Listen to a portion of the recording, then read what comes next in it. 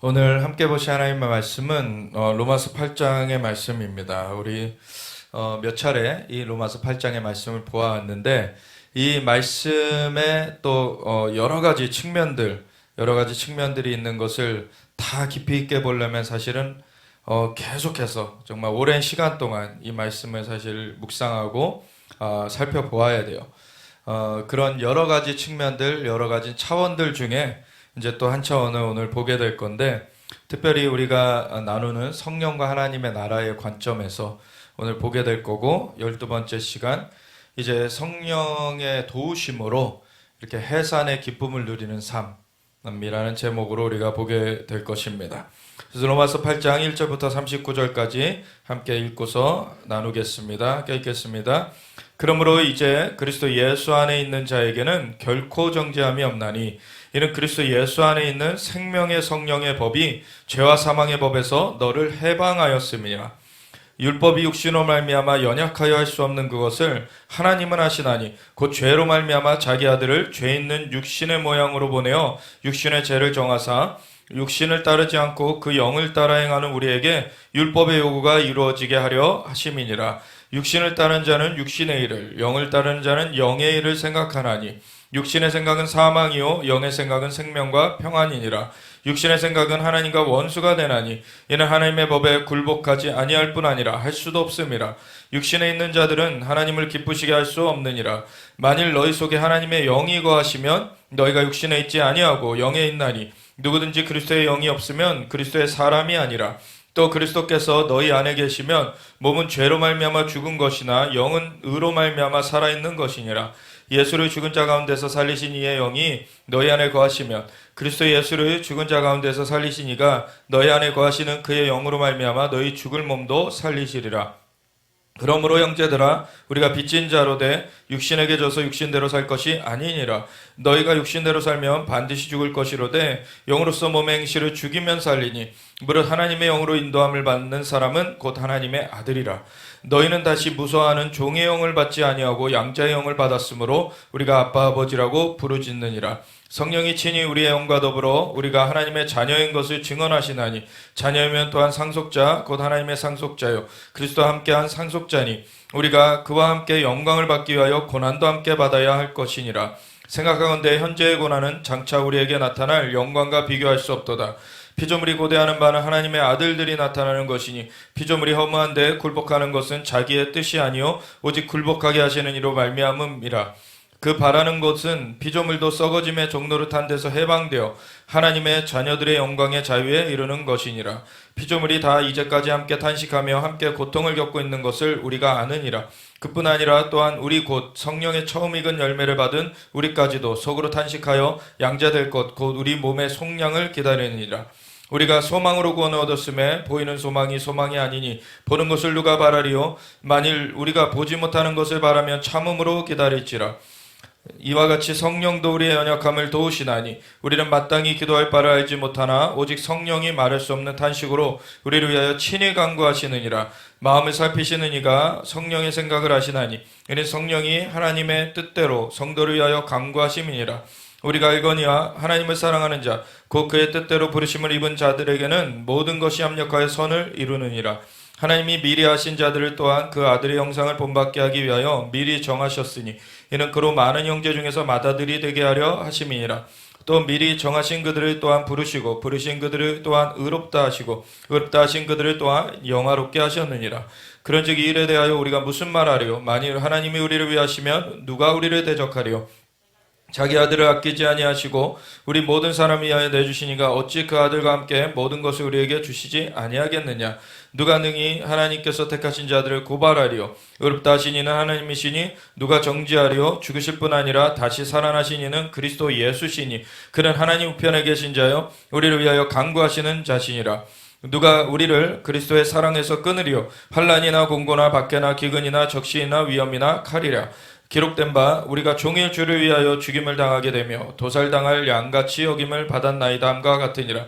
그러나 이 모든 일에 우리를 사랑하시는 이로 말미암아 우리가 넉넉히 이기느니라. 내가 확신하노니 사망이나 생명이나 천사들이나 권세자들이나 현재일이나 장래일이나 능력이나 높음이나 깊음이나 다른 어떤 피조물이라도 우리를 우리 주 그리스도 예수 안에 있는 하나님의 사랑에서 끊을 수 없으리라. 아멘.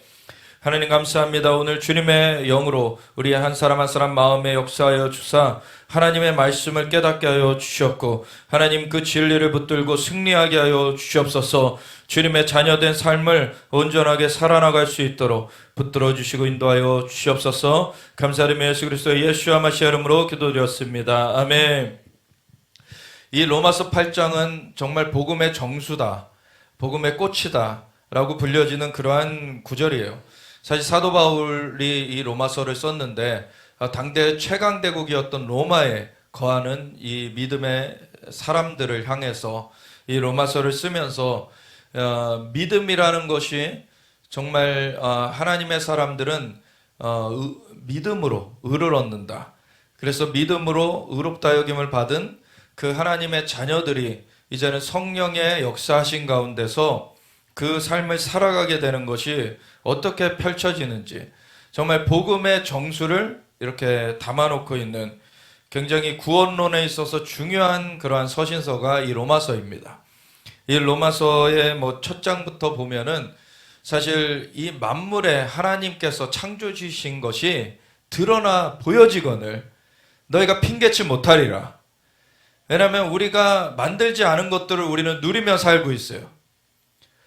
공기를 우리가 만들어내지도 않았고 흙을 어떤 자연 만물도 우리가 만들어내지 않았어요. 그리고 어떤 사람들은 이것이 우연히 이렇게 진화되어서 갔다고 하는데 사실 우리가 누누이 말하지만 우리 모두에게는 부모님이 계시고 부모님의 또 부모님이 계시고 부모님의 부모님으로 자꾸 올라가다 보면 원숭이가 나오지 않습니다.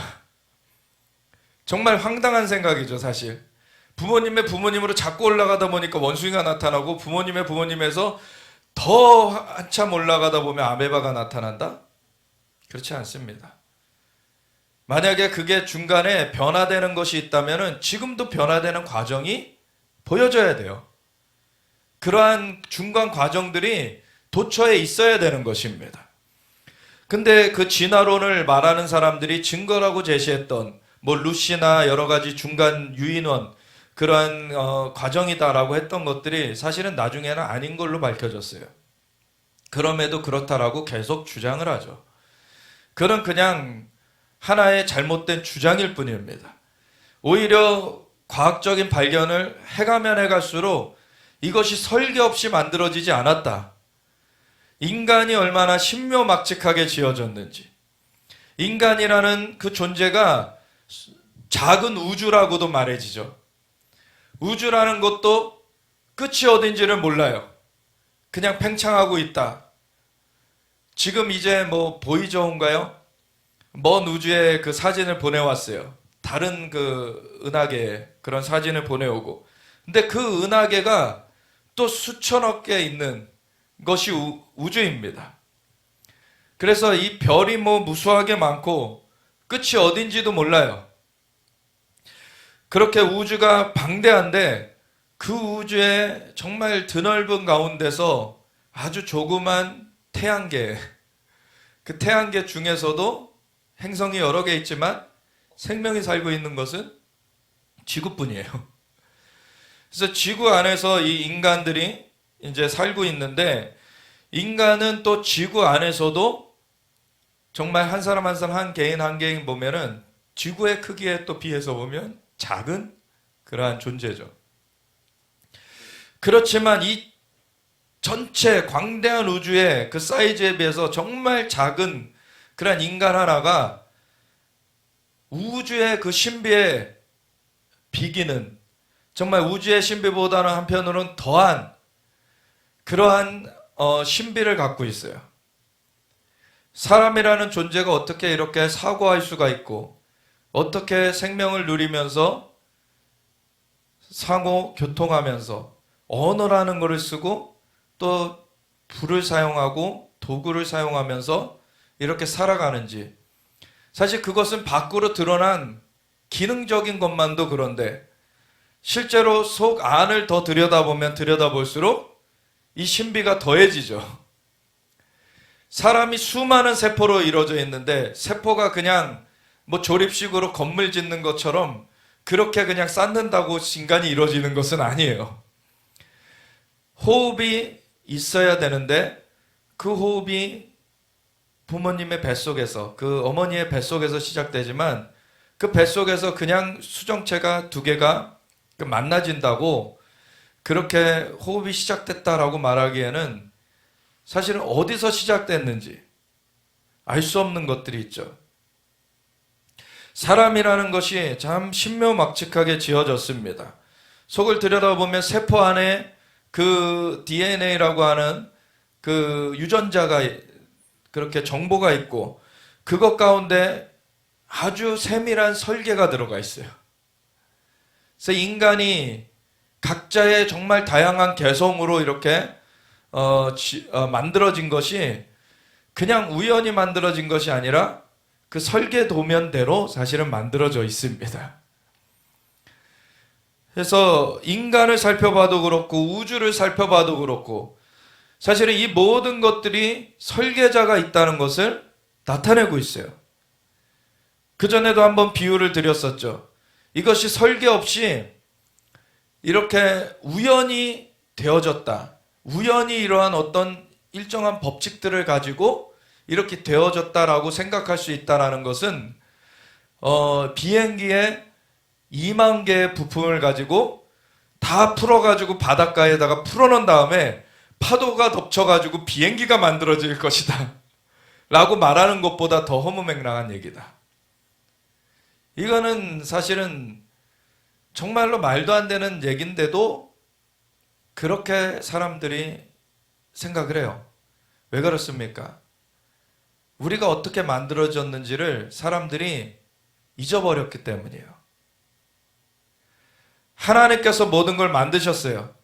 만들어 놓으신 그 대상들은 지금 남아있지만 인간은 원래 하나님과 교통하면서 살게끔 되어 있던 것에서 죄를 지음으로 말미암아 떨어졌기 때문에 그것에서 하나님은 거룩하신데 하나님의 말씀을 거슬러 가지고 마귀의 그 꼬드김에 넘어가서 선악을 알게 하는 나무 열매 먹지 말라고 하신 그 하나님의 명령을 거스르고 먹었기 때문에 이제 눈이 밝아졌다라는 표현이 나오는데 눈이 밝아졌다라는 것은 오히려 영적으로는 어둠에 덮여졌다는 얘기였어요. 육신의 눈은 열렸어요. 이 땅에서의 그러한 소위 잔머리를 굴린다라고도 할 수 있고 이 땅에서 어떤 거를 하면은 남을 이렇게 누르면서 자기가 더 많은 것을 차지할 수 있는지 사실 이런 것에 대한 눈은 더 뜨여졌어요. 근데 영적으로 하나님을 알아가는 그러한 영의 눈은 닫혀져 버렸습니다. 그래서 이제 우리가 사실은 윗대로 올라가면은 우리가 좀 뿌리가 있는 가문이다 그러면은 족보를 막 갖다 놓고 이렇게 얘기를 하죠. 족보를 그래서 20 몇 대까지 막 이렇게 족보를 얘기를 해요. 그래서 이제 몇 대에 무슨 공이 계셨고 무슨 그런 가문을 이렇게 따지면서 얘기를 하는데 그 위로 더 올라가면은 사실은 조사되지 않는 그러한 우리의 선조의 존재가 분명히 있었는데 조사되지 않는 선조의 그러한 존재, 그러한 존재가 이렇게 있게 되죠. 그러면은 우리가 그렇게 몇십 대만 올라가면은 사실은 알 수 없는 그때 당시에 분명히 존재했지만 우리의 조상으로서 있었지만 우리가 알지 못하는 그러한 대상에까지 이르게 돼요. 근데 그 조상의 조상으로 더 한참 올라가서 사실은 그 인간이 어떻게 시작됐는가는 사람들이 모르고 있죠.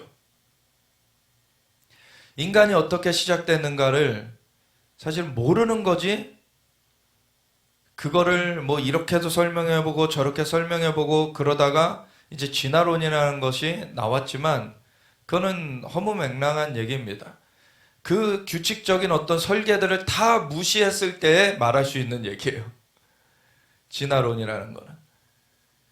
오히려 사람이라는 그 존재가 정말 정확한 설계 가운데서 이렇게 만들어졌고, 그리고 그것이 이어져 가고 있고, 그러한 것들이 인간만이 아니라 동물은 동물들대로 각각의 종류대로 사실은 그 존재가 이어져 가고 있고, 그리고 그 동물들이 누리는 이런 자연 환경들, 이런 것들이 다 만든 존재가 따로 없는데, 우리가 사람이 만들지도 않았고 동물이 만들지도 않았고, 그런데 존재하고 있다는 것이 해와 달과 별에 그 질서가 있고 여러 가지 그 자연환경에 그 질서가 부여되어 있는 것이 그냥 우연히 이루어졌다 라고 말할 수 없는 그러한 설계를 보게 되는 것이죠. 그런데 그러한 것에 대해서 자연 만물이 나타내고 있음에도 사실은 눈이 가려져서 볼 수 없는 상태에서는 그 창조주 하나님을 만나지 못하고 창조주 하나님을 없다, 창조주 하나님이라는 그 존재에 대해서 무시하며 살아가요. 근데 예수님을 영접한 사람들, 정말 예수님을 영접한 사람들로 말미암아 이제 하나님을 만난 사람들이 생겨났고, 그런 사람들은 진짜 하나님을 만나가지고 교류를 하게 되는 그러한 일들이 생겨나게 됐어요. 물론 그거에 앞서서는 이미 이스라엘 백성들 가운데서 하나님이 나타나 주셨고, 이스라엘 백성들이 그 민족적으로 형성되기 전에 이미 아브라함이라는 이스라엘의 선조가 하나님을 만나는 사건이 있었고, 사실 아브라함한테 나타났던 그 하나님은 그때만 계신 분이 아니시라 그 전에 이미 노아의 시대 때 나타나셨었고, 이미 그보다 더 앞서서 아담과 하와를 이 땅 가운데 만들어 주신 그 창조주시라는 것을 알려주셨어요. 그래서 이스라엘에 하나님께서 나타나셔서 말씀을 주시면서 이러한 모든 일들이 어떻게 된 것인가 라는 것을 기록해 하셨고, 그것이 남은 것이 구약의 성경이죠. 그리고 구약의 성경 가운데서 메시아, 죄를 대신 갚아 주실, 그 죄를 해결해 주실 그러한 존재가 오실 것인데, 그분이 오신다라고 계속해서 구약에서 얘기되었던 것이 오셨다라고 하는 것이 신약의 기록이죠. 그래서 성경이라는 것은 하나님께서 만물을 창조하셨는데, 인간이 그 하나님, 창조하신 하나님을 떠나서 하나님의 명령을 거스르면서 그 앞에서 존전해서 떠나서 이제 헤매고 살던 것에서 하나님이 찾아와 주셔서 다시금 하나님께로 인도하여 주시는 과정 가운데 그분의 독생자, 그분의 아들 예수님을 보내주셔가지고 인간의 몸으로 이제 인간을 대신하여서 대속의 피를 흘리심으로 말미암아 인간의 죄가 대신 갚아지게 하실 것이다. 그리고 그것을 믿는 자들, 예수님은 단지 죽으시고 끝나신 것이 아니라 부활하셨고, 그 예수님은 죄를 갚으시고서 죽음 가운데 들어가셨지만 부활하신 예수님이 누구든지 자신을 믿는 자들에게, 그 예수님을 구세주 주님으로 믿는 사람들에게 성령을 보내주셔서 그 죄가 사함받은 가운데 성령님이 임하심으로 그 영이 다시 살아나게 하시는 그 은혜 가운데 하나님을 뵙게 만드는 이 영광의 역사가 이 성경에 이미 기록되어 있고, 그것을 경험하는 사람들이 전 세계적으로 있어지게 된 것입니다. 그래서 우리가 열방의 아직도 믿지 않는 사람들이 더 많지만 믿지 않는 사람들이 많다고 해서 이것은 다수결로 정해질 수 있는 내용이 아니죠. 왜냐하면 아무도 창조의 시기에 있었던 사람이 없어요. 아무도 그 과거의 시작을 알 수 있는 사람이 없어요, 스스로. 오히려 아무도 모르는 가운데 하나님을 만난 사람들은 이제 창조를 알게 된 것이죠. 그래서 주님의 은혜 가운데 깨어난 사람들, 주님의 은혜 가운데 그 눈이 뜨여진 사람들이 상대적으로 안 믿는 사람보다 적을지라도 그들은 진실을 발견한 사람들입니다. 진리를 아는 사람들입니다. 그래서 이 로마서 8장에도 첫 구절이 그러므로 이제 그리스도 예수 안에 있는 자에게는 예수님이 우리 스스로 죄의 문제를 해결할 수 없는 것을 해결해 주시기 위해서 오셨고 예수님을 믿을 때에만 그 해결을 받을 수 있습니다. 왜냐하면 하나님과 한 분이신 하나님의 한 위격이신 여호와 하나님 그리고 성자 이 예수님 그리고 성령 하나님 그 세 위격이 한 하나님 한 그 삼위일체 하나님이시기 때문에 그 한 하나님의 한 위격인 이 예수님께서 인간의 몸을 입어서 진짜 하나님이시면서 진짜 또 인간으로서 중간에 다리를 놓으신 거였죠. 그래서 다리를 놓으신 예수님의 은혜 외에는 하나님께로 다시 나아갈 다른 길이 없어요. 다른 모든 그 이단들이 말하는 그러한 일들은 사실은 그냥 사람으로서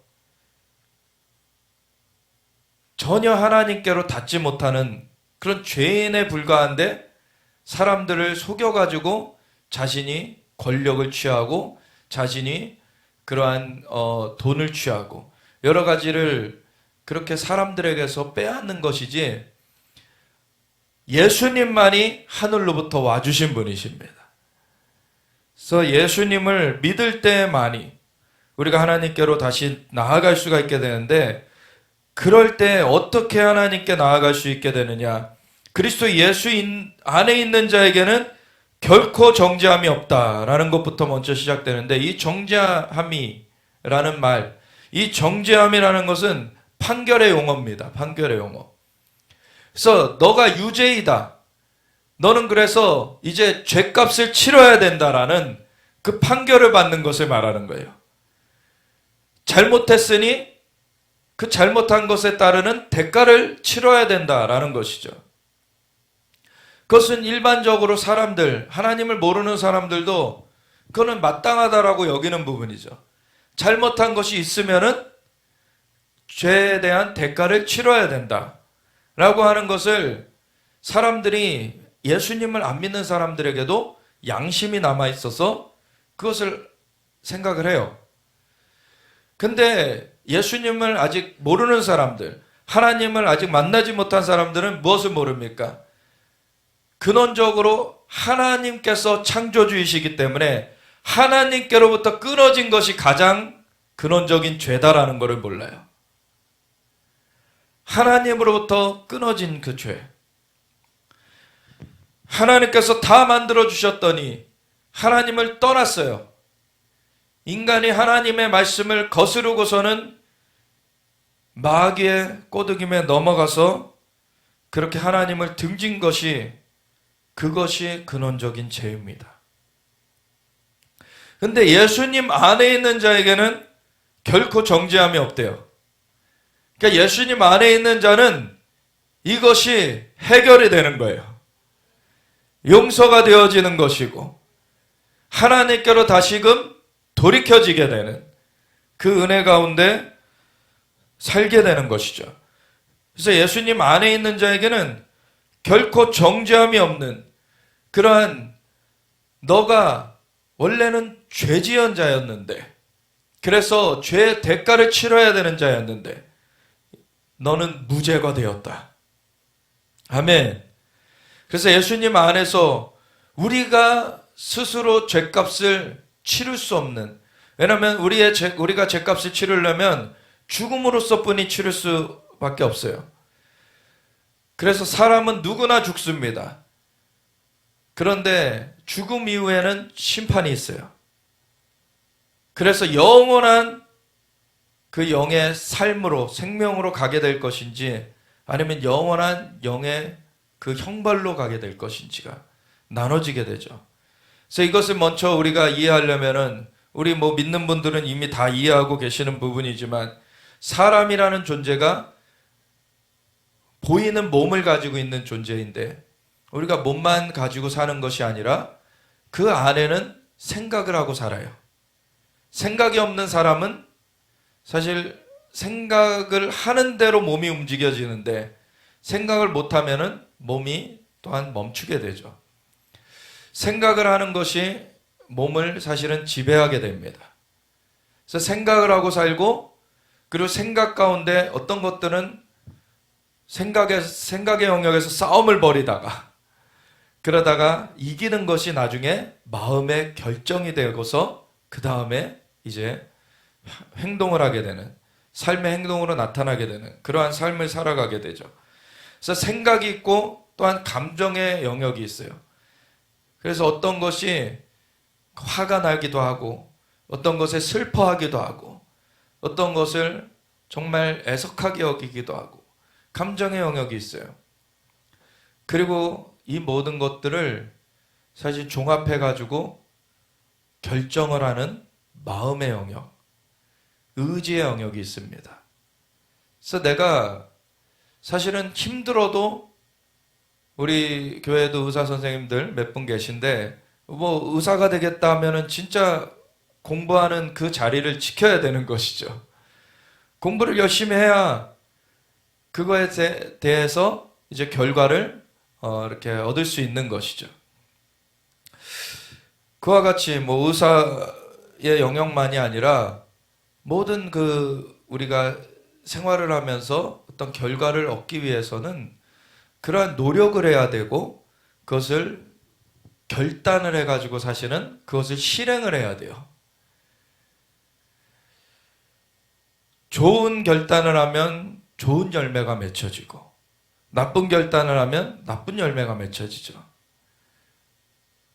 우리의 생각 가운데 나쁜 생각이 든 것을 그대로 그냥 따르게 되면은 범죄를 하기도 하고, 그리고 충동적으로 감정에 이 분이 난다고 그대로 행동을 해버리게 되면은 그것으로 좀 심지어 살인까지 벌어지게 되는 그러한 일로 갈 수가 있는 것이죠. 그러한 것 가운데 안전장치로 사실 주어져 있는 것이 양심입니다. 인간에게. 양심의 법이 있어요. 인간에게는. 하나님을 안 믿는 사람에게도 양심이라는 것이 있어요. 근데 잘못된 생각, 잘못된 감정을 가지고 행동하기를 계속 반복하다 보면 양심의 벽이 허물어져 버리게 되죠. 그러면 그것을 성경에서는 양심에 화인 맞았다. 양심이 그 불로 그냥 굳어져 가지고 그냥 이제 양심이 기능하지 않게 된 그런 상황이 되는 거예요.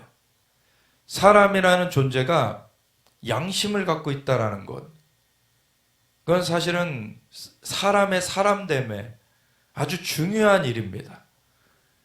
근데 그것이 양심이 화인 맞아서 이제 범죄하는 것을 거리끼지 않는 그런 상황으로 가게 되면 더 이상 돌이킬 여지가 없어지는 그런 상황이 있어요. 그래서 우리 마음 가운데 사실 그 양심의 벽이 허물어지면 안 돼요. 근데 양심만 갖고 구원 얻을 수 있는 것이 아니에요. 왜냐면 우리 안에 그냥 선악과의 그 열매로 인해서, 선악과의 결실, 그 효과로 인해서 잘못된 생각이 전혀 없는 사람은 하나도 없어요, 사실. 잘못된 생각이 순간적으로 화나고 어떠한 나도 해코지하고 싶은 그런 생각이 그런 사람들의 그 속성들도 있고, 여러 가지 잘못된 것을 한 번도 생각하지 않아 본 그런 사람이라는 건 사실 없어요. 근데 대체적으로 잘못된 것을 거의 생각지 않는 사람들은 또 있죠. 아주 착한 사람들도 있고 순한 사람들도 있고, 그런데 의인은 없나니 하나도 없도다. 우리가 정말 정도의 차이지 죄가 아예 없는 그런 사람이라는 건 없어요. 그럼 누구나 죄의 문제를 해결해야 되고, 그리고 가장 근원적으로 하나님을 떠나 있게 된 그 근원적인 그 죄의 문제를 해결해야 되는데, 사람이 스스로 하나님을 그렇게 다시 만날 수 있는 사람에게는 그러한 의로움이 없어요. 하나님의 그 존전에서 떠나간 그 죄된 사람으로서 살아가는 존재가 되었기 때문에 그 사이에 중재자가 필요하게 된 것이죠. 그래서 예수님께서 와주셨고, 예수님을 믿는 사람들은 이 예수님의 대속의 은혜, 그 십자가에서 대신 인간의 죄를 덮어쓰시고 죽어주신 그 은혜로 말미암아 죄가 사함을 받게 되었습니다. 그래서 그 사함을 받은 사람들에게는 그냥 사함을 받았다라고 하고서는 그 다음은 너희가 그냥 멋대로 살아라, 그냥 너희는 너희대로 그냥 알아서 살아라, 그렇게 끝난 것이 아니라 그 다음에 그리스도 예수 안에 있는 생명의 성령의 법이 죄와 사망의 법에서 너를 해방하였습니다. 하나님의 성령이 그 안에 오셔서 그 영을, 그 사람의 영을 살려주심으로 말미암아, 그래서 마음속에 그 양심이 있는 것보다도 더 근원적으로 그 안에 영이 살아나게 함으로 말미암아 하나님과 연결된 존재로서 다시 태어나게 하시는 것입니다. 이것이 되어지지 않으면은 하나님을 뵐 수가 없죠. 휴대폰을 우리가 모두가 쓰고 있어요. 오늘날에는 정말 저 오지에 있는 사람들 빼고 거의 이제 현대 사람들 다 쓰고 있고, 우리나라 사람들은 뭐 한 사람이 여러 대 휴대폰을 쓰기도 하고. 근데 휴대폰이 이렇게 멀리 떨어져 있는 그러한 휴대폰 간에 전화를 할 수가 있는 것이 전파라고 하는 보이지 아니하는 그러한 전파를 통해서 신호가 오고 가고, 그래서 그걸 가지고서는 통화를 하게 되는데, 그 전파가 오고 가는 데 있어서 그것을 전파를 받아들일 수 있고 전파를 또한 보낼 수 있는 그 통신 칩이 있어야, 휴대폰 안에는 다 통신 칩이 있어서 그 통신 칩이 있어야 전파가 오고 가는 그 통신이 되어질 수가 있는 것이죠. 인간 안에 그래서 이 안에 영이 다시 살아나서 하나님과 소통할 수 있는, 그것이 다시 살아나야지만 하나님과의 소통이 이루어지게 되는 것입니다. 그래서 그것을 위해서 예수님께서 와주셨고, 우리는 고장나 있던 존재에서 하나님을 정말 영이 죽어 있어서 하나님을 인식하지 못하는 그러한 상황 가운데 있던 자에게 예수님을 구세주여 주님으로 영접하면은 죄가 사함을 받고 하나님의 영이 임하셔서 그 영을 살려주시는 그 은혜 가운데서 우리를 새롭게 하시는 그 은혜를 입었습니다. 그러면은 이제는 영이 살아나면 영으로서의 우리의 삶이 이제는 시작된 것과 함께 그 전부터 사실은 또 살아가고 있던 육의 삶도 계속 이어지니까 두 가지 삶이 사실은 충돌하게 돼 있어요. 이제는 그전에는 영의 삶이 시작되기 전에는 육의 삶이 그냥 이어지고 있었기 때문에 양심의 영역에서만 그 제어가 되어지고 나머지는 그냥 육의 욕심을 따라서 그냥 자기가 원하는 것을 그냥 취하면서 살아가게 됐는데, 이제는 영이 살아나게 되면은 영의 그러한 하나님의 인도하심이 이제 주어지게 되면서 영으로서 사는 삶, 이제는 육신과 충돌되는 그런 일들도 있고, 이제는 양심을 넘어서는, 이젠 양심의 영역에서는 거리끼지 않던 것도 이제는 하나님의 영으로 말미암아 이제는 이것이 하나님 앞에서는 죄구나. 일반적으로 세상을 살아갈 때 있어서는 죄의 문제가 어떻게 정의가 됩니까? 내가 다른 사람한테 피해를 입혔느냐? 다른 사람한테 어떠한 잘못을 했느냐? 다른 사람과의 관계에서 일반적으로 죄의 문제가 정의가 되죠. 그래서 다른 사람을 때린 거나 위해를 가하는 그런 것들이 있으면은 그것에 대해서 처벌을 받게 돼요. 다른 사람을 속이는 일, 사기를 쳐가지고 재산에 손해를 입혔다. 그러면 처벌을 받게 돼요. 근데 세상에서의 그 살아가던 양심으로는 세상의 사람들과의 관계는 그렇게 분별하면서 갈 수 있게 되지만 하나님과의 관계는 거기서 분별되지 않습니다. 하나님과의 관계는 영이 살아나야지만 관계가 인식될 수 있고, 하나님과의 관계 가운데서 하나님 앞에 내가 잘못하고 있구나, 하나님을 내가 더 원한다라는 또 갈망도 일어나면서 내가 삶을 조정해 가게 되는 것이죠.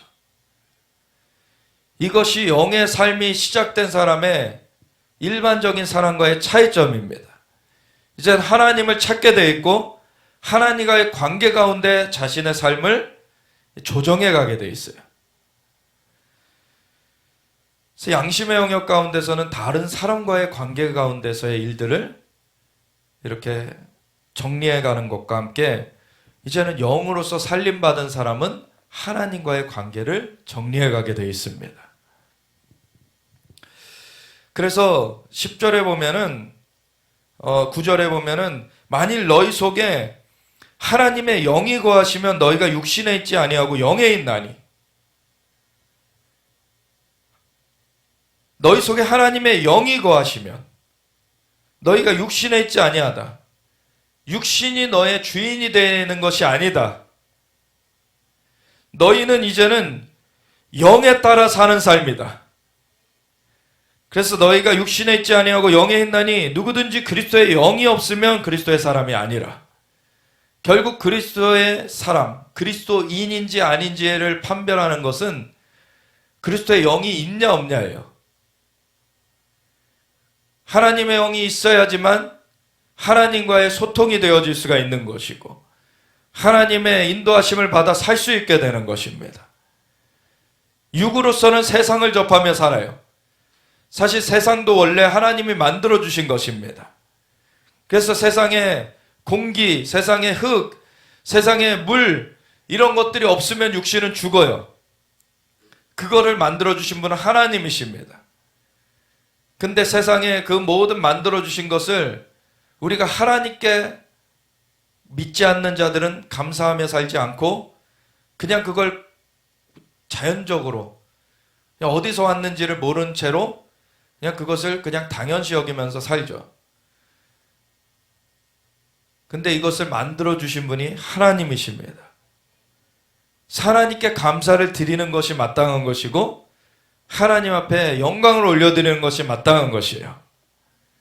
그것이 하나님을 다시 만난 사람들 많이 할 수 있는 것이죠. 그래서 예수님을 영접해서 하나님을 다시 만나지 않으면은 육신적으로는 살아있는 것은 똑같다라고 볼 수 있어도 영으로는 죽어있는 상태로 하나님은 알지 못한 채로 그렇게 생명의 근원이 어딘지도 모르고 그 모든 역사의 주권자가 누군지도 모르고 그렇게 되면 눈가기가 가려진 채로 살아가게 됩니다. 근데 하나님의 영이 거하시면 너희가 육신에 있지 아니하고 영에 있나니 누구든지 그리스도의 영이 없으면 그리스도의 사람이 아니라. 또 그리스도께서 너희 안에 계시면 몸은 죄로 말미암아 죽은 것이나, 사실 우리의 몸은 깨어짐이 있어서 나중에 벗을 날이 와요. 믿는 사람도 죽음의 날을 맞이하게 됩니다. 그렇지만 그 육신의 죽음이 끝이 아니고 영이 살아난 사람들, 영이 거듭난 사람들은 하나님과 함께 영원한 생명을 누리게 되어 있고, 영이 살아나지 못한 사람들은 영원한 죽음 가운데 이제 들어가게 되는, 영원한 형벌 가운데 들어가게 되는, 그것이 진실입니다. 그래서 그리스도께서 너희 안에 계시면 몸은 죄로 말미암아 죽은 것이나 영은 의로 말미암아 살아있는 것이라. 예수를 죽은 자 가운데서 살리신 이의 영이 너희 안에 거하시면, 그리스도 예수를 죽은 자 가운데서 살리신 이가 너희 안에 거하시는 그의 영으로 말미암아 너희 죽을 몸도 살리시리라. 아멘. 그래서 결국에는 우리의 죽을 몸, 깨어진 몸, 이 몸도 썩을 것이 썩지 아니할 것을 입는 부활의 몸으로 바뀌어지는 날이 옵니다. 이것은 하나님의 영, 그 주님께서 생명을 시작하신 분이시고 하나님께서 자연 만물도 만들어주신 분이시기 때문에 주님 손 안에서는 가능한 일이죠. 하나님을 만나야 이것은 이해가 되는 얘기예요. 하나님을 만나지 않고 그 영의 차원을 알지 못하면은 자연적인 차원에서는 어떻게 몸이 다시 살아날 것인가? 어떻게 몸이 새로워질 것인가? 그것에 대해서는 전혀 알지 못하죠. 자연적인 것은 그 보이는 세계는 보이지 않는 세계의 그림자인데, 보이지 않는 세계를 알지 못함으로 말미암아 보이는 세계도 제대로 알지 못하는 것입니다. 그래서 우리가 정말로 주님의 영으로 인도하심을 받는 사람, 그래서 14절에 무릇 하나님의 영으로 인도함을 받는 사람은 곧 하나님의 아들이라. 너희는 다시 무서워하는 종의 영을 받지 아니하고 양자의 영을 받았으므로 우리가 아빠 아버지라고 부르짖느니라. 하나님을 아빠, 정말 우리가 친밀하게 부를 수 있는 관계가 되었어요. 우리가 자녀를 낳으면 자녀가 이제 처음에는 말을 못하잖아요. 눈도 마주치지 못하죠.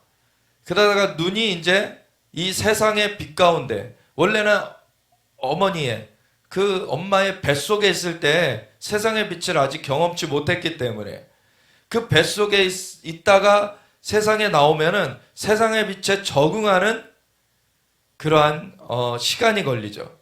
세상의 빛에 적응하는 시간이 지나고 나면 눈이 이제 그 사람을 이렇게 부모가 막 앞에서 손을 이렇게 흔들면 손을 따라가고 이제 눈이 적응하기 시작해요. 그러다가 이제 귀가 또 적응하면서 나중에 귀가 적응된 것에 더해져 가지고 나중에 말을 하게 되죠. 그래서 자꾸 엄마라고 불러보라고 계속 이제 주입을 해요. 아이한테. 엄마. 그래, 아빠는 아빠라고 불러보라고. 그러다가 이제 어느 날 아이가 뭔가 옹알이를 시작해요, 이제. 맘마라고 원래 처음에는 그렇게 많이 해요, 아이들이. 그죠? 그래서 뭔가 단어를 그냥 이렇게, 자기가 그것을 정확히 알아서가 아니라 이렇게 흉내내는 것이 먼저 나오게 되는 것이죠. 그렇게 나오게 되면 이제 어떤 단어가 나오든지 간에 엄마 아빠들은 엄마라고 했다, 아빠라고 했다. 딱 그렇게 이제 주장을 하기 시작하죠. 근데 이러한 아이가 태어나서 눈이 적응하는 것이 이루어지고 귀가 적응하는 것이 이루어지고 입이 이제 열려지는 것이 이루어지는 것처럼 우리가 영으로 다시 태어나게 되면 영의 그 귀로 하나님의 음성을 듣게 되는 그 시기가 주어지게 되고 그 영의 눈으로서 하나님의 영역을 보게 되는 그러한 일이 있어지게 되고 그리고 하나님께 말씀을 드리면서 하나님을 아빠로 고백드리면서 이제 하나님 앞에 정말 주님을 소통하게 되는, 주님과 소통하게 되는 그런 영적인 생명의 태어남이 있게 됩니다. 이러한 것이 실상인 거예요. 자연적인 생명이 태어나는 것도 참 신비로워요. 우리 아이들 태어나는 거 보면 너무나 놀랍죠, 사실. 어떻게 그 뱃속에 처음에 보이지도 않는 그러한 사이즈에서 시작돼가지고 조금만 더 커지면 뭐 손가락만하게만 커져도 눈과 코와 입이 보여져요. 그런 형태가 보여지기 시작하고 나중에 자라가면서 심장박동 소리가 들리게 되고 이 아이가 정말 그 태 속에 있는 소리가 들려지게 되죠. 그러면서 나중에 나오게 되면은 정말 조그맣지만 우리 부모의 그런 모습을 닮은 그러한 모습으로서 나와가지고서는 처음에 울음부터 시작을 하죠. 왜냐하면 숨을 쉬는 거가 되어져야 되기 때문에. 그 전에 뱃속에 있을 때에는 그 탯줄을 통해서 다 공기와 그 양분과 이런 것들이 다 공급되지만 이제 나와서 이제 뱃속으로 나와서는 이제 탯줄을 끊고서 자기가 호흡하기 시작해야 되기 때문에 그게 터지냐 안 터지느냐가 사실 울음이 터지냐 안 터지냐. 그래서 울음이 안 터지면은 엉덩이를 때려서라도 울음이 터지게 만드는 거죠. 그래서 그렇게 이제 생명이 태어나게 되고 정말 이미 뱃속에 있을 때부터 생명이었고 이제 이 땅 가운데 그 모습을 드러나게 되면은 정말 그 태어난 기쁨을 이 부모님들이 너무나 놀랍게 누리게 되죠. 아이를 뱃속에 이렇게 품고 있을 때에는 9달 한 10일, 그 10달이 조금 못 미치게 사실 산모는 굉장히 힘든 시간을 겪게 됩니다. 굉장히 좋은 시간이면서도 육체적으로는 굉장히 힘들죠. 몸 자체가 엄청 무거워지게 돼 있고 그리고 호르몬의 변화가 생기고 그래서 정말 어떤 그전에 너무나 좋아했던 음식인데 너무나 역겹게 느껴지게 되기도 하고 헛격질이 나오고 이런 막 임신 증후군들이 많이 나타나기도 하죠. 심한 사람들은 굉장한 우울증을 겪기도 합니다.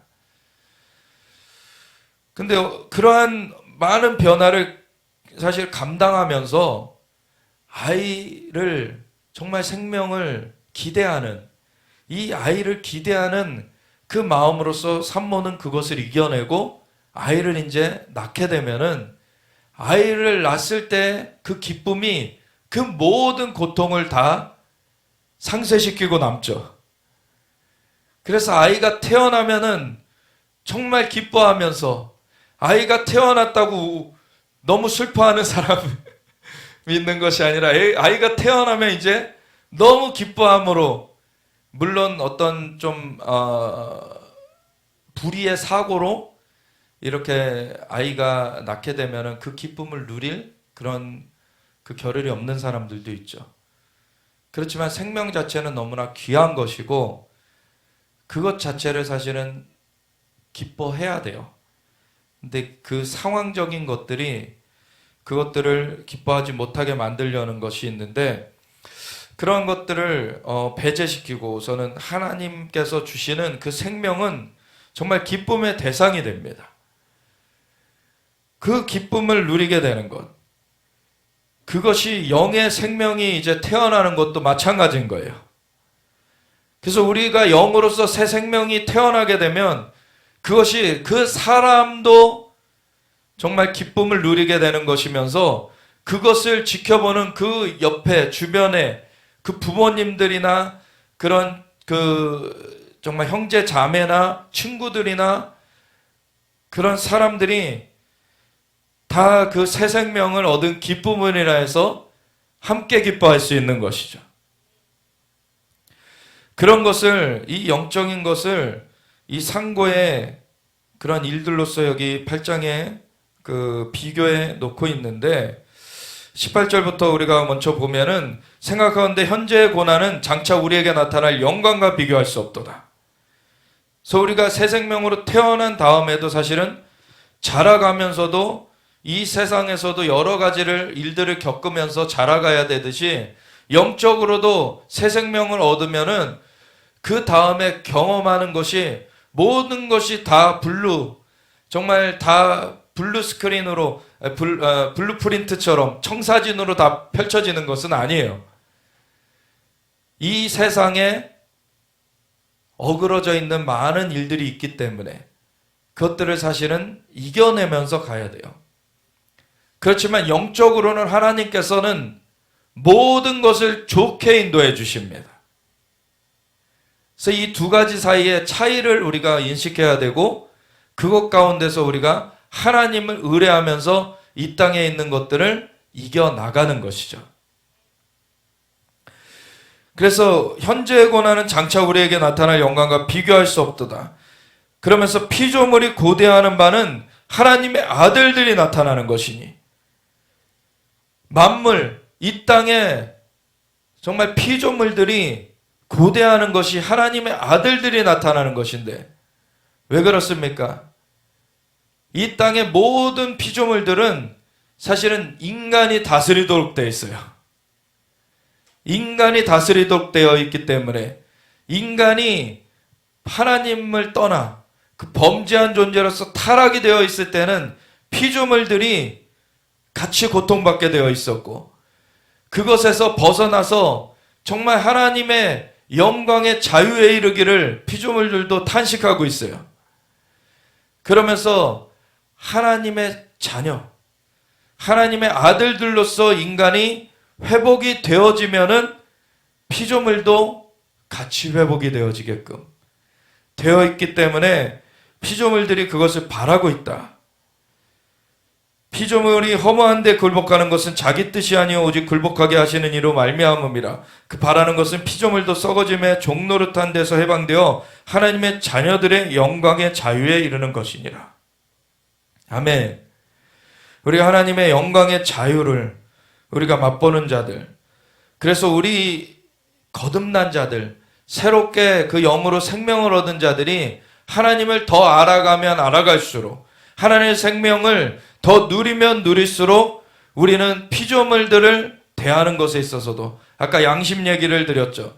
양심은 다른 사람과의 관계고, 우리가 다른 사람과의 관계에 있어서도 우리가 주님의 그 빛 가운데, 주님의 생명 가운데 충만함을 다른 사람들에게도 전할 수 있게 되는 것이죠. 그리고 피조물에게도 전할 수 있게 되는 것이에요.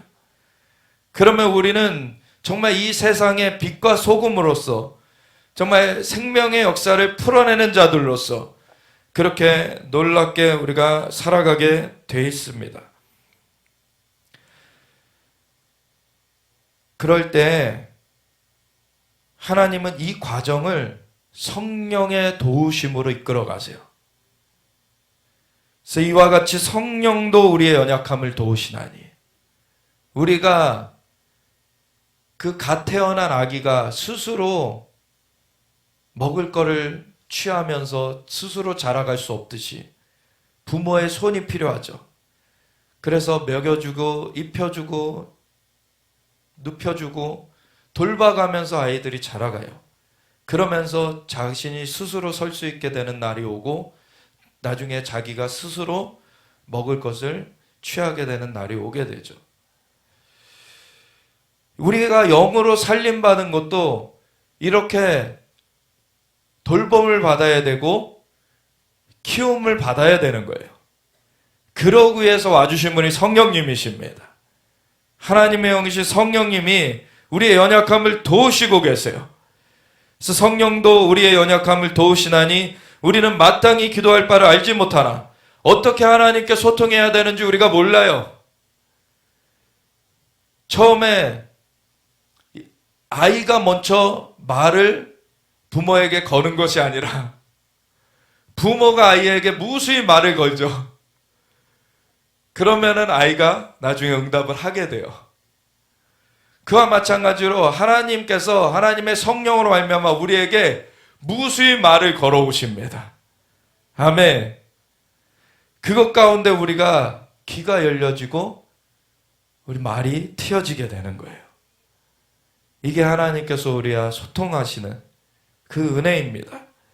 그래서 성령도 우리의 연약함을 도우시나니 우리는 마땅히 기도할 바를 알지 못할 때에도 오직 성령이 말할 수 없는 탄식으로 우리를 위하여 친히 간구하시느니라. 아멘. 예수님을 영접한 자들에게는 죄가 사함받고 성령이 임하심으로 말미암아 그 영이 살아나게 됨으로 말미암아 이제 영의 언어를 말할 수 있게 돼요. 그 영의 언어는 뭡니까? 성령의 말하게 하심을 따라 말하는 것입니다. 오순절에 임하였던 그 사건, 그리고 그 이후에 계속 이어지고 있는 사건입니다. 이것이 예수님을 믿는 모든 사람에게 부어지는 은혜예요. 그래서 우리의 영이 살아나게 되면, 어떤 사람이든 예수님을 영접해서 그 영이 살아나게 되면 영의 언어를 말할 수 있어요. 근데 그것이 자연적인 언어가 아니기 때문에 자연적인 이해로는 이해가 되지 않아요. 근데 성령이 도와주시는 거예요. 성령이 말하게 하시는 거예요. 그래서 우리가 자연적인 언어로는 하나님께 어떻게 나아가야 되는지 알지 못할 때 이미 하나님께서 성령으로 말미암아 그 말하게 하시는 그 성령의 그 역사, 그 방언으로 말미암아 하나님 앞에 말이 트여지게 하십니다. 아멘. 그래서 성령이 말하게 하시는 것을 우리가 그대로 말하는 것을 이어나가면서 우리가 사실은 하늘의 언어를 배우는 거예요. 그래서 하나님과의 소통이 더해져 가게 돼 있는 거예요. 그래서 예수님을 믿는 사람들에게는 방언이, 진짜 예수님을 영접한 자들에게는 방언이 따라오게 돼 있습니다.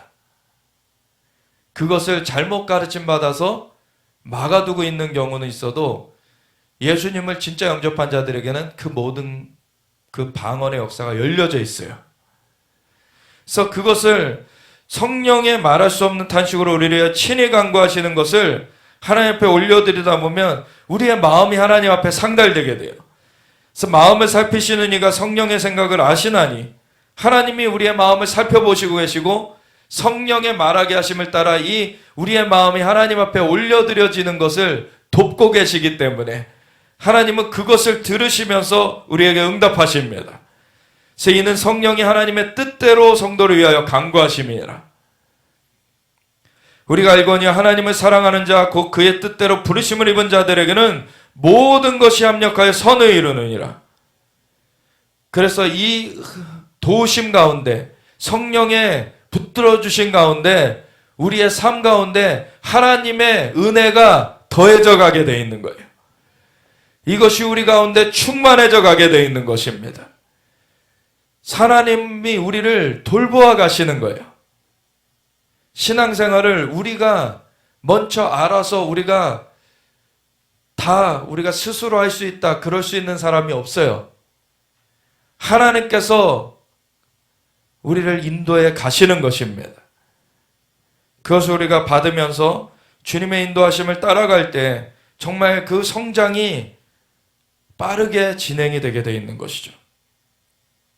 하나님이 미리 하신 자들을 또한 그 아들의 형상을 본받게 하기 위하여, 그래서 예수님이 우리의 본이 되시는 분이시고 예수님이 그 장성한 아들의 모습을 우리에게 보여주세요. 그 아들의 모습을 우리가 담게 되는 것이죠. 그래서 그 형상을 본받게 하기 위하여 미리 정하셨으니 이는 그로 많은 형제 중에서 맏아들이 되게 하려 하심이라. 또 미리 정하신 그들을 또한 부르시고 부르신 그들을 또한 의롭다 하시고 의롭다 하신 그들을 또한 영화롭게 하셨느니라. 아멘. 우리가 의로움을 받는 것은 예수님께서 우리를 위해 대신 그 물과 피를 쏟으시면서 죽음으로써 우리의 죄값을 다 치러주셨기 때문에 그 예수님을 구세주와 주님으로 영접하는 모든 자들에게는 죄가 사함받게 되는 은혜가 임하여, 그런가 하면은 성령님께서 임하셔서 그 영을 살려주시고서는 하나님을 아버지라 부르시는 그러한 부르는 가운데 그 예수님을 우리가 따라 살게 되는 그 삶이 우리 가운데 펼쳐지면서 그 예수님의 형상이 우리 가운데 더해져 가게 되는 그런 가운데 우리가 영화롭게 되어가는, 그래서 영광에서 영광으로 우리가 하나님의 영광을 보며 그의 형상으로 하여 영광에서 영광에 이르는 그 일이 주의 영으로 말미암아 있게 됩니다. 하나님의 영의 역사를 세상은 알지 못해요. 예수님을 받아들여야지만 이 역사를 알게 되는 것이죠. 그래서 우리가 정말 예수님을 증거하기 위해 힘써야 되고, 예수님이 우리의 죄를 대신 갚아주시기에 오셨고, 우리의 죄를 대신 갚아 돌아가심으로 끝난 것이 아니라 부활하신 예수님이 누구든지 예수님을 구세주 주님으로 영접하는 자들을 죄가 사함받게 하시고 하나님의 영을 부어주셔서 그 영이 살아나게 하시는 하나님의 은혜 가운데 붙들어 주신다는 것, 이것은 세상의 철학들과는 같지 않습니다. 실제하는 하나님의 역사인 것입니다. 그래서 이 역사하신 가운데 우리를 부르셨고, 우리는 미리 이것을 경험한 자들로서, 이것을 증거하는 자들로서 하나님이 세우셨습니다. 그래서 우리를 영화롭게 하시는 그 일 가운데 우리가 함께 나아가면서 세상에 아직 이것을 모르는 자들에게 이것을 알게 하는, 그 복음을 증거하는 자들로서 우리가 나아가기 원합니다. 그래서 나머지 31절부터 39절까지 읽고 함께 기도하기 원하는데, 그런즉 이 일에 대하여 우리가 무슨 말을 하려? 그래서 이런 해산의 그런 역사, 정말 새 생명이 태어나는 역사, 그래서 영화롭게 또 변해가는 역사, 이러한 것들이 하나님의 은혜로, 하나님의 사랑으로 우리에게 임하게 되었는데, 이 일에 대하여 우리가 무슨 말하리요? 만일 하나님이 우리를 위하시면 누가 우리를 대적하리요? 자기 아들을 아끼지 아니하시고 우리 모든 사람을 위하여 내주신 이가 어찌 그 아들과 함께 모든 것을 우리에게 주시지 아니하겠느냐. 아멘. 하나님이 우리 아버지가 되십니다. 만물의 창조주 되시는 하나님이 우리를 자녀 삼아 주셨습니다. 그 안에서 그 하나님의 아들, 그 예수님을 내어주신 하나님이 다른 어떤 것을 아끼겠습니까? 하나님의 아들이신 예수님을 내어주신 분이 예수님과 함께 우리를 위하여 다 풀어주시는 것입니다. 누가 능히 하나님께서 택하신 자들을 고발하리요? 의롭다 하신 이는 하나님이시니 누가 정죄하리요? 그러므로 그리스도 예수 안에 있는 자는 결코 정죄함이 없다라 그러시는 거예요.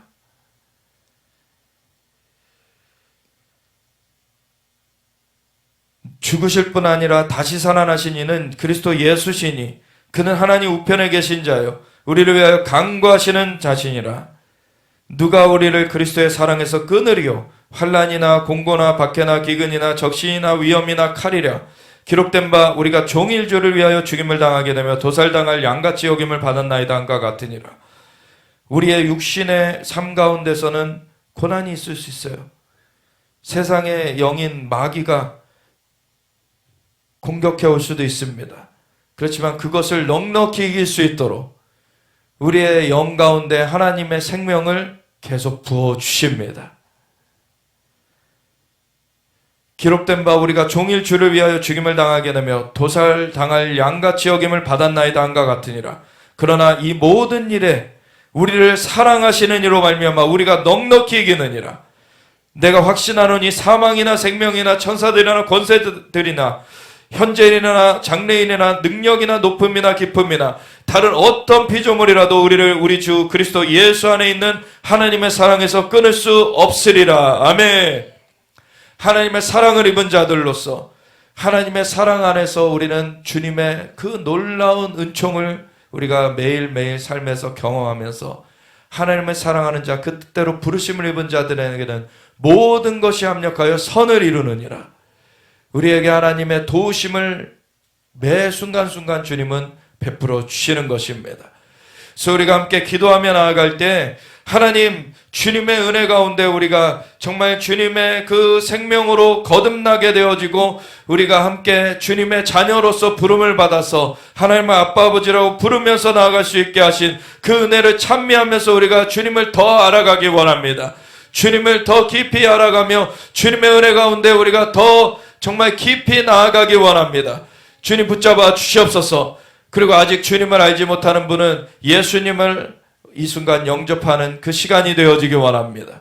그래서 하나님, 정말 이 하나님이 만물을 창조하셨는데 창조주 하나님으로부터 떨어진 우리 인간을 다시 주님께 붙들어 주시기 위하여서 예수님을 보내주셨는데 그 은혜를 우리가 붙들고 우리가 나아가기 원합니다. 주님 붙잡아 주시옵소서. 우리가 함께 주여 외치며 기도하며 나아가겠습니다. 주여